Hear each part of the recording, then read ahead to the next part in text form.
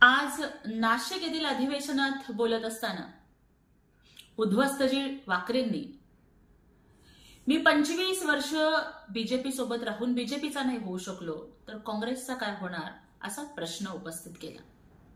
खरंय, जो माणूस शिवसेना प्रमुख बाळासाहेब ठाकरेंचा होऊ शकला नाही, आपल्या बापाचा होऊ शकला नाही, शिवसेनेचा होऊ शकला नाही, अंगावर लाठ्या काठ्या सोसणाऱ्या शिवसैनिकांचा होऊ शकला नाही, तो माणूस कुणाचा काय होणार?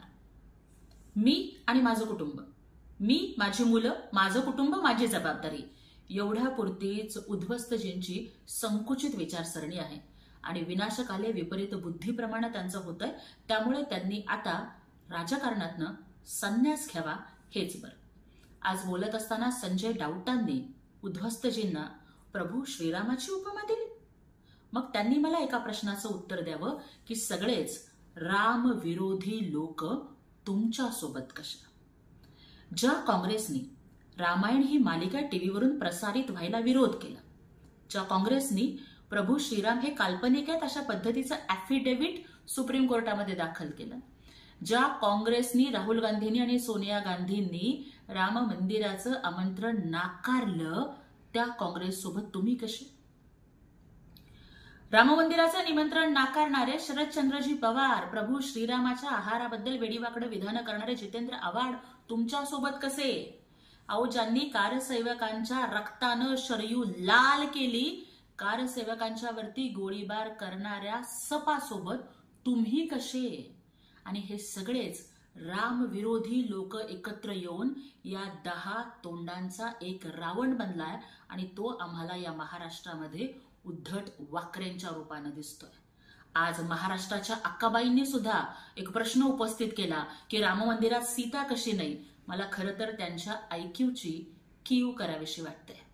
अयोध्येतली प्रभू श्रीरामांची मूर्ती ही बालरूपातली आहे आणि म्हणूनच त्यांना राम लला असं म्हटलं जातं। मग मला सांगा, बालरूपातल्या प्रभू श्रीरामांच्या मूर्तीसोबत माता सीता कशी बरं असेल? पण त्यांचा कधी हिंदू धर्माचा, संस्कृतीचा, पुराणांचा, महाकाव्यांचा संबंधच आला नाही, त्यामुळं ते अशाच पद्धतीची वेडीवाकडं विधानं करणार यात काहीही शंकाच नाही।